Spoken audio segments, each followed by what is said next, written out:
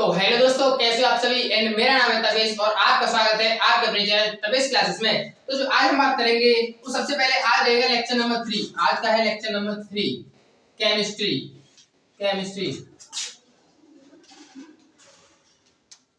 तो आज का जो लेक्चर रहेगा वो लेक्चर नंबर 3 रहेगा। और हमने बताया था, सबसे पहले हमने पदार्थ के बारे में बताया था कि पदार्थ क्या होता है। पदार्थ का क्लासिफिकेशन हमने दो तरीके से किया था। पदार्थ का क्लासिफिकेशन दो तरीके से किया था। पहला क्या था, रासायनिक वर्गीकरण के आधार पर, इसको बोलते हैं केमिकल क्लासिफिकेशन। और एक होता है फिजिकल क्लासिफिकेशन। और मैंने बताया था कि केमिकल क्लासिफिकेशन को हम 5 तरीके में डिवाइड करते हैं। 5 तरीके से, एक को कहते हैं सॉलिड, एक को कहते हैं लिक्विड, एक को गैस कहते हैं, एक को प्लाज्मा अवस्था कहते हैं, और एक को कहते हैं बीईसी, बॉस आइंस्टाइन कंडेंसर। हमने इतने के बारे में हमने बता दिया था। और मैंने इसके बारे में बताया था कि यह भौतिक वर्गीकरण क्या है। ये नहीं, ये है, इसको मान लो यहाँ पे लिख दो भौतिक वर्गीकरण, इसको मान लो फिजिकल। ये है फिजिकल, ये वाली है केमिकल, ये है केमिकल, ये होती है केमिकल। और मैंने बताया था केमिकल क्लासिफिकेशन दो तरीके का होता है। कि मैंने कौन सा बताया, एक तो होता है प्योर सब्सटेंस, या तो प्योर सब्सटेंस हो सकता है, और अगला बताया था मिक्सचर। और मैंने इनको बताया था, इसको प्योर सब्सटेंस को हिंदी में बोलते हैं शुद्ध, या तो ये शुद्ध पदार्थ हो सकता है, और इसको बताया था मैंने शुद्ध। और एक यहाँ पे होता है, या तो आप अशुद्ध कहो या मिश्रण कहो, बात एक ही है। मैं आपको बताता हूँ कैसे है ये मिश्रण। मैंने बताया था शुद्ध और एक मिश्रण। यहाँ पे मिश्रण की जगह पे हमने मिश्रण क्यों यूज किया, या तो हम अशुद्ध भी तो कर सकते थे, अशुद्ध। और मैं बता दूं मिश्रण में कोई ज्यादा डिफरेंस नहीं है, क्योंकि ध्यान से देखिएगा, मिश्रण का मतलब ये है मिलना या घुलना। मान लीजिए इस कंटेनर में चीनी है, क्या है, चीनी, और इस कंटेनर में केवल पानी है, क्या है, केवल पानी है। जब ये पानी केवल इस कंटेनर में केवल पानी होगा तो ये पानी एकदम प्योर होगा। पर लेकिन इसमें मैंने चीनी के साथ उसमें पानी ऐड कर दिया, इसका मतलब ये इसमें घुल गया, तो ये कैसा है, अशुद्ध। तो ये किसके अंदर आएगा, ये इसके अंदर आएगा। क्यों? क्योंकि ये क्या हो गया, पानी के अंदर क्या हो गई, चीनी मिक्स हो गई, डिसॉल्व हो गई, तो ये क्या बना, ये मिश्रण बनेगा। अब बात आती है मिश्रण बना, तो मिश्रण बना तो कैसा बना, मतलब पूरी तरीके से घुल गया या नहीं घुला। तो इसके बारे में बात करेंगे आज हम, मिश्रण के बारे में, एंड प्योर सब्सटेंस जो शुद्ध पदार्थ होते हैं उसके बारे में बात करेंगे।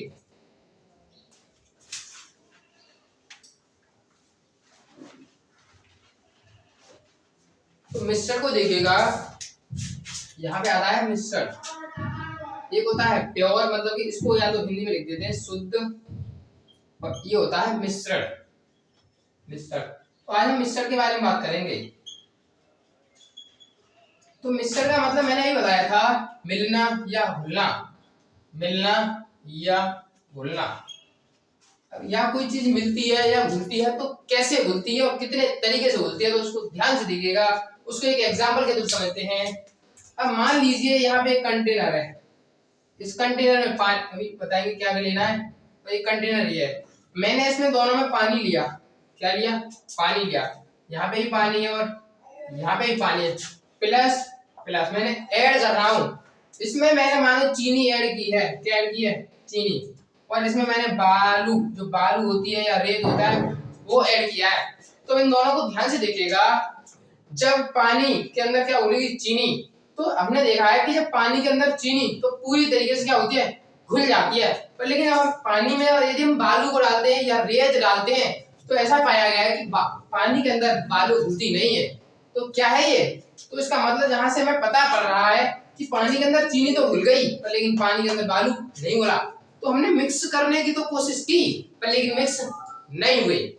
हमने मिक्स करने की तो कोशिश की, पर लेकिन मिक्स नहीं हुई। तो इसका मतलब ये तो मिक्स हो जाते हैं, ये तो क्या होते हैं, मिक्स हो जाते हैं, और ये मिक्स नहीं होते, नॉट, ये मिक्स नहीं होते। तो इसका मतलब मिश्रण का मतलब मिलना या घुलना। दो तरीके के पाए गए, एक तो घुल गया और एक नहीं घुला। जो घुल गया उसका नाम होता है सममांगी मिश्रण।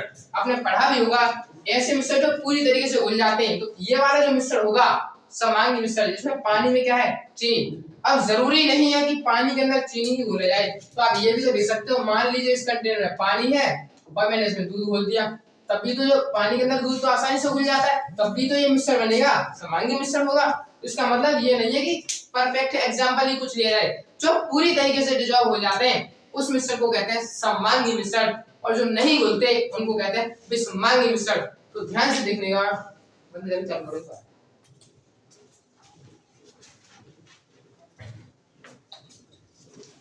तो ध्यान से देखिएगा, हमने पाया गया है कि मिश्रण दो तरीके के हैं। कितने तरीके के? दो। एक होता है समांगी मिश्रण, एक को कहते हैं समांगी मिश्रण, और एक को कहते हैं विसमांगी मिश्रण, एक को कहते हैं विसमांगी मिश्रण। बात आती है समांगी मिश्रण के बारे में मैंने भी बताया था, और इसको बोलते हैं होमोजीनियस, होमोजीनियस, होमोजीनियस मिक्सचर, और इसको बोलते हैं हेटेरोजीनियस, इसको बोलते हैं हेटेरोजीनियस, हेटेरोजीनियस मिक्सचर। तो बात आती है समांगी मिश्रण के बारे में मैंने बताया था। समांगी मिश्रण जो पूरी तरीके से जिसमें कोई चीज घुल जाती है उस मिश्रण का नाम होता है समांगी मिश्रण, और जिसमें नहीं घुलती उसका नाम विसमांगी मिश्रण।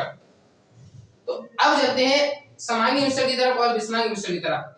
तो इसके लिए आप लोग पता पड़ रहा होगा, मैंने अभी कंटेनर लिया था, उसमें पानी प्लस मैंने दूध ले लिया, तो ये पूरी तरीके से घुल जाते हैं, तो ये मिश्रण होगा समांगी मिश्रण होगा, और जो नहीं घुला उसका नाम विसमांगी मिश्रण होगा।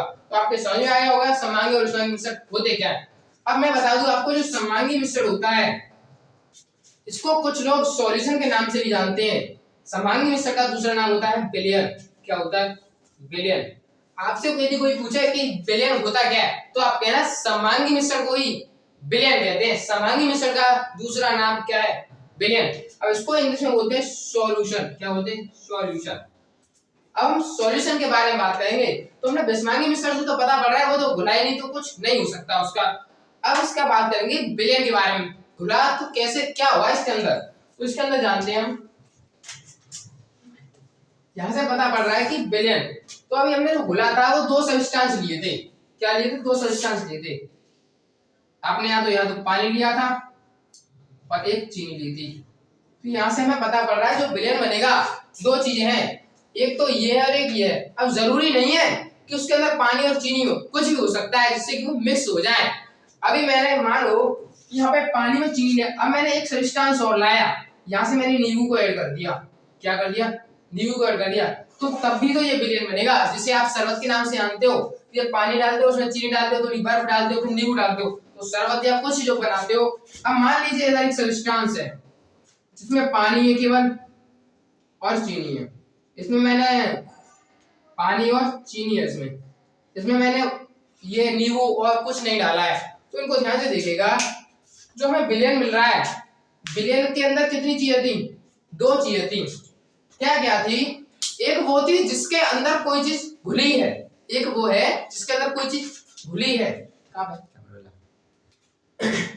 एक पानी के अंदर दो चीजें थी, जो विलयन बना है उसके अंदर दो चीजें थी। विलयन के अंदर दो चीजें, एक तो है पानी। पानी का मतलब जरूरी नहीं है कि हमेशा पानी होगा, इसमें भी पानी है। तो ये है क्या? जिसके अंदर कोई चीज घुली है, एक तो वो है, और जिसे घुला गया है वो है। अब किसके अंदर घुली है? तो ये जो चीनी और जो नींबू और ये चीनी है, ये सब किसके अंदर घुले हैं? पानी के अंदर। तो इसको जरूरी नहीं है कि विलयन हम ऐसे कहेंगे कि विलयन दो प्रकार के, एक हो गया पानी और एक हो गया चीनी, ऐसा नहीं कह सकते। क्यों? क्योंकि जरूरी नहीं है कि हमेशा हम पानी ही लेंगे, कुछ और भी तो ले सकते हैं, मैंने भी बताया है। तो एक का नाम होता है यहाँ पे, एक का नाम होता है विलेय और एक का नाम होता है विलायक। एक का नाम होता है विलायक, इसको बोलते हैं सॉल्यूट और इसको बोलते हैं सॉल्वेंट। अब बात आती है कि इसमें से सॉल्यूट कौन सा होगा और सॉल्वेंट कौन सा होगा, विलेय कौन होगा, विलायक कौन होगा। यदि मान लो हमने ये तो बता दिया, इसमें बता देंगे हम विलेय और कौन होगा, विलायक कौन होगा, पर लेकिन इसमें कैसे बताएंगे? इसमें तो पानी है, चीनी और नींबू है, तो इसमें थोड़ा ध्यान से देखिएगा। पहले इसको समझते हैं कि विलेय और विलायक होते क्या है, विलेय और विलायक होते क्या है। तो ध्यान से देखिएगा, पहले इनके बारे में कुछ जानकारी करते हैं, विलेय और विलायक के बारे में।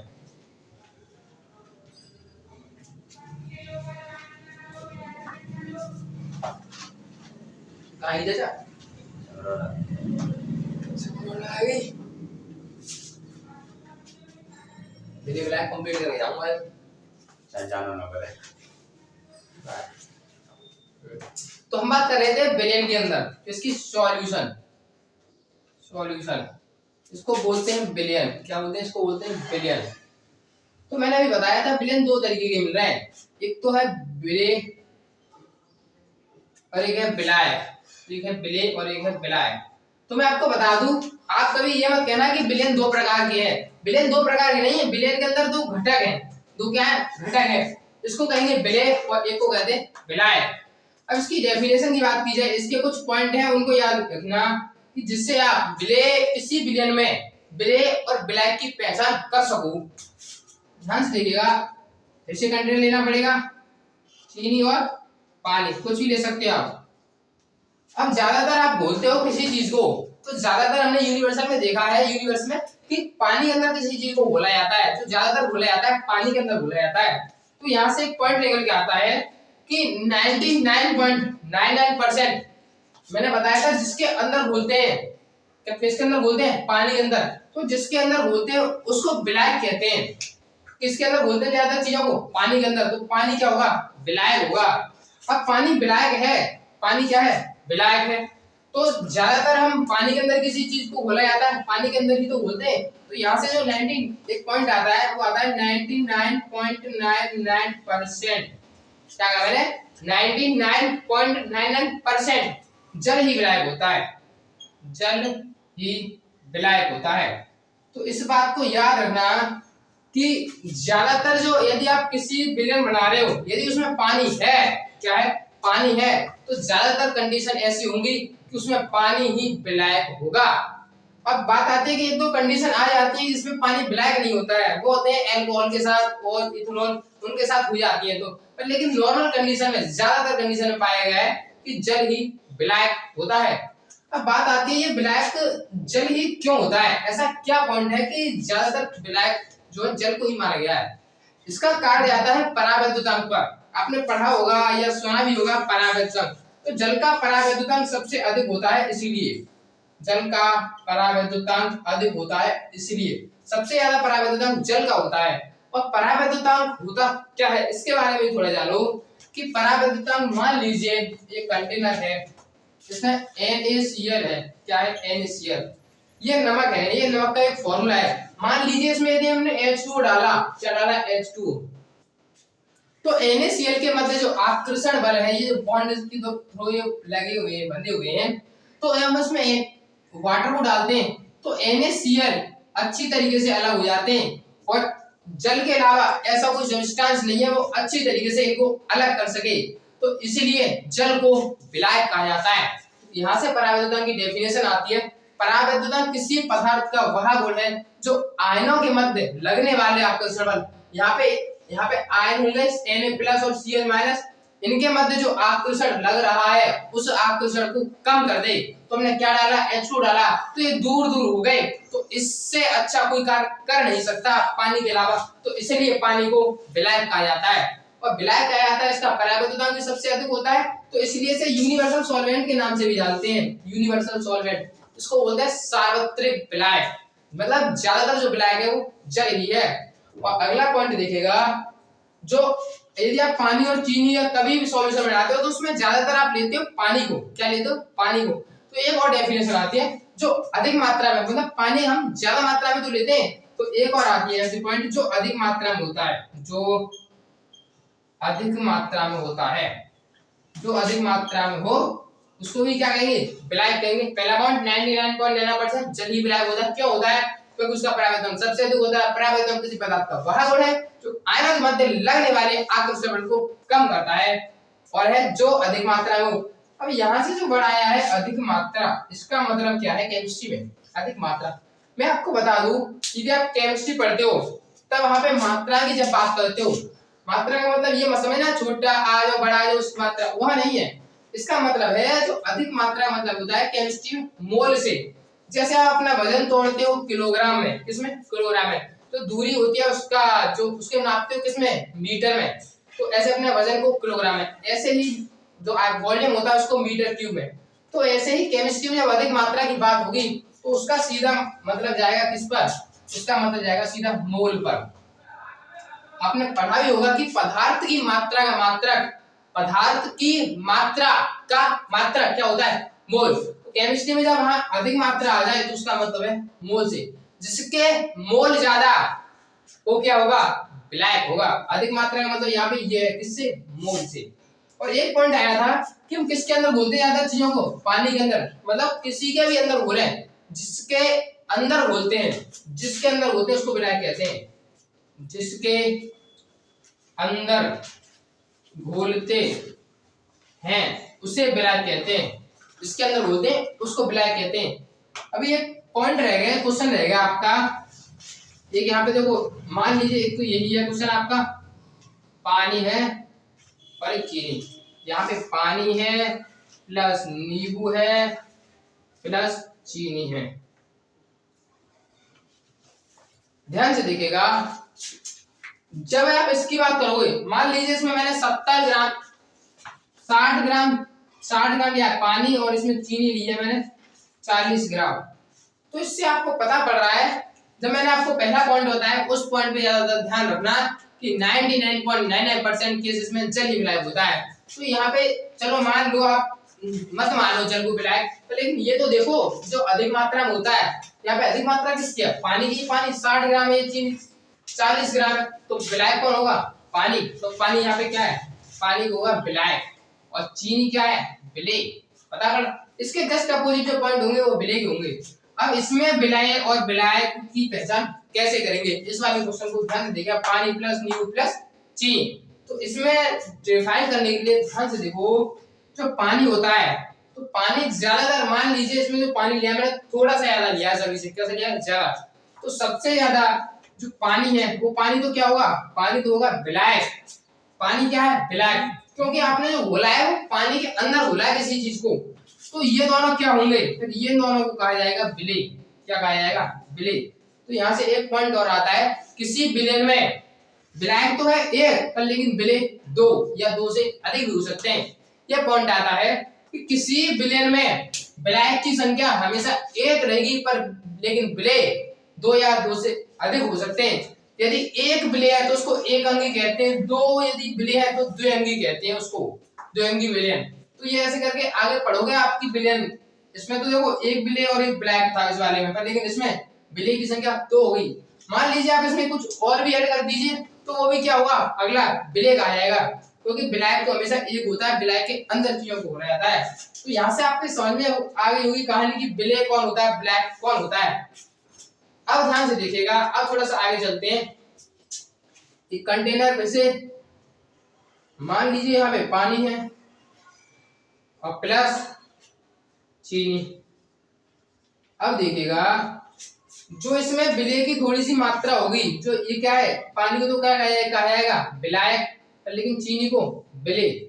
जो इस कंटेनर में नहीं, मतलब कि कहीं से भी कंटेनर में या कहीं से भी सॉल्यूशन में जो ये चीनी है, अब जरूरी नहीं है इसको चीनी कहेंगे, इसको एक वर्ड से अलग से नाम दिया गया है, विलेय। तो जो विलेय की जो कुछ मात्रा है, यहाँ पे जो विलेय की मात्रा होगी, उस विलेय की मात्रा को एक और नाम दिया जाता है, उसको कहते हैं सांद्रता। सांद्रता, इसको इंग्लिश में बोलते हैं कंसंट्रेशन, इसको बोलते हैं सांद्रता। किसी विलेय में ये टोटल यहाँ पे क्या बनेगा? विलेय। किसी विलेय में जो विलेय की मात्रा होगी, विलेय कौन? चीनी। अब जरूरी नहीं है कि हमेशा चीनी होगी। मान लीजिए इस कंटेनर में मैंने चीनी को हटा दिया, इसमें पानी और नींबू, तो पानी के अंदर नींबू घुल जाएगा, तो इसमें जो नींबू क्या होगा? अब नींबू नहीं कहेंगे, अब यहाँ पे कहेंगे विलेय। जो इस विलेय की मात्रा होगी, उस विलेय की मात्रा को क्या कहेंगे? सांद्रता। क्या कहेंगे? सांद्रता। जैसे चीनी और पानी है, इसमें जो विलेय है चीनी है, तो इस विलेय की जो मात्रा है कितनी है? 40 ग्राम। इस विलेय की मात्रा को क्या कहेंगे? सांद्रता। आपके समझ में आ गया होगा कि सांद्रता होती क्या है। तो आप कहना विलेय की मात्रा को सांद्रता कहते हैं।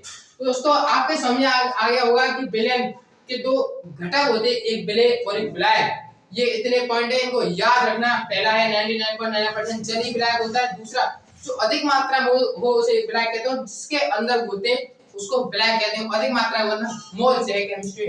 दोस्तों ये आपके समझ में आ गया होगा। आज के लिए यहाँ पे नेक्स्ट क्लास में